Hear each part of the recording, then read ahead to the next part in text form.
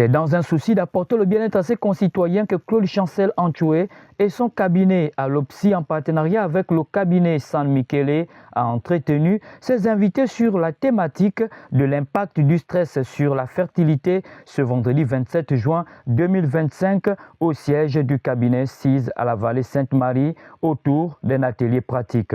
Laure Bigour, unique panéliste de cet atelier, nous en dit plus.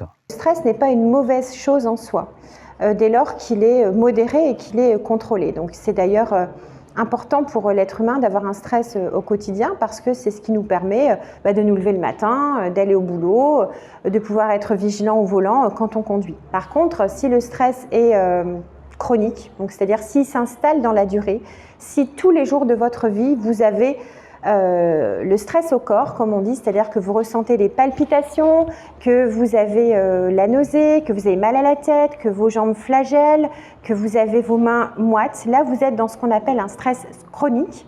Et il est évident, on l'a vu, on l'a expliqué, et c'est scientifique, de toute façon, toutes les études s'accordent à le dire, que dans ces cas-là, le stress va impacter votre système hormonal. Donc vous allez avoir une perturbation au niveau de votre libido, une perturbation de la qualité du sperme pour les hommes ou la qualité des ovules pour les femmes, perturbation des menstrues, donc du cycle menstruel, et tout ça va empêcher en fait une procréation, j'allais dire facile et naturelle chez les femmes. Un atelier qui a fait beaucoup de bien aux participants au point d'en faire des recommandations. Je suis détendu. Je vais parfaitement bien. J'ai passé une semaine assez compliquée où j'ai eu pratiquement 3 gardes. J'ai dormi à l'hôpital. Et j'avais dit à Madame Bigour que j'allais faire un tour si j'avais le temps. Et puis l'esprit m'a progressivement dirigé vers ici parce que j'étais du côté de la Cour constitutionnelle. Je suis arrivé, j'ai profité des séances et je suis véritablement en paix et en harmonie avec moi-même. D'ailleurs, je suis dans la renaissance. Alors, s'il y a un message véritablement qu'il faut porter, c'est aujourd'hui, la médecine, elle est diverse et diversifiée.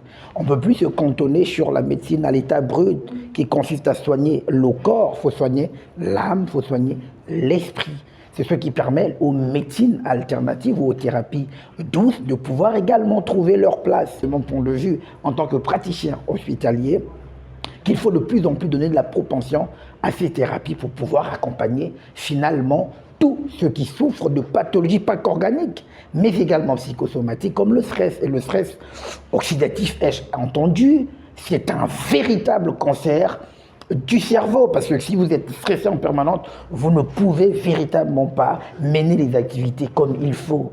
Et papa qui rentre le soir stressé n'a pas de bonne rentabilité sur le plan même de la fertilité, de la sexualité.